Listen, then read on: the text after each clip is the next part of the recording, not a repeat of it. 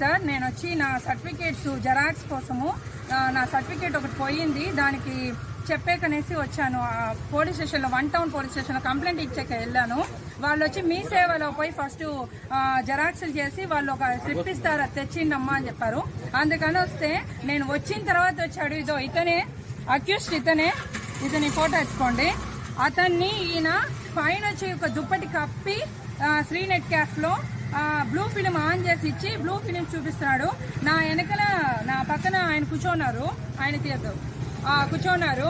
తను వచ్చి వీడియోస్ తీసేస్తే ఏమన్నా ఒక ఆడపిల్ల వచ్చి జెరాక్స్ తీసుకుంటుంది, మీరు ఇలాగ నెట్ సెంటర్లో వచ్చి బ్లూ ఫిలిం చూపిస్తున్నారు, ఏంది ఇది? అమ్మాయి పక్కన ఇట్లా కూర్చోబెట్టి వేరే వాడికి బ్లూ ఫిలిం చూపిస్తున్నారు అంటే అది తప్పు లేదు, అది అఫెన్స్ కాదు, దీనికి ఏం చేయలేరు మీరు, పోలీసులు నన్ను ఏం పీకలేరు, ఇట్లంతా మాట్లాడుతున్నారు, నువ్వు ఎవరి దగ్గరైనా పోయి కంప్లైంట్ చేసుకో అనేసి మమ్మల్ని బెదిరిస్తున్నాడు.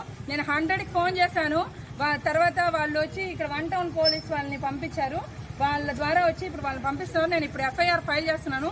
ఇలాగ నెట్ సెంటర్స్ పెట్టుకుని బ్లూ ఫిలిమ్స్ చేస్తే మాత్రం మిగతా వాళ్ళు చూసి వెళ్ళిపోతారేమో, కానీ నేను వదలనండి.